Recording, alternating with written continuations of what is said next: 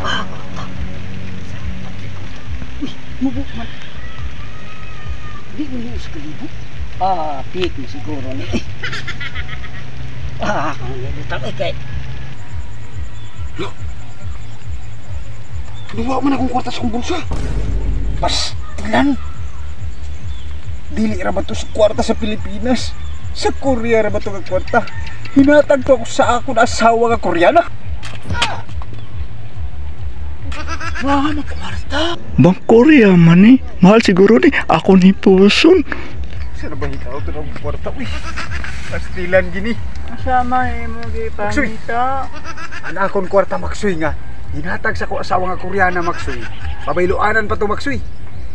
Nuwagtang.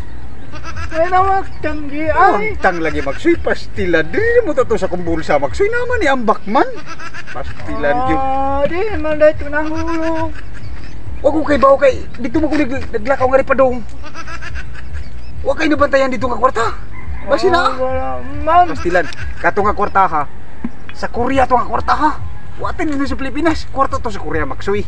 Ihatag to sa ko asawa nga Koreana. Pastilan diyo. Korea di ay. 1,000. Uy, wag ka kita 1,000 to siya. 1,001. Ha? Kesa ayun.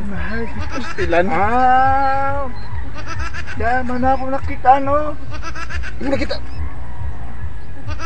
Mao na ako nakita. Uy.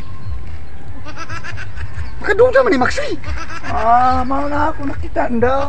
Ayaw ko na nga nabayloan ang akon kwarta nga gikan sa Korea.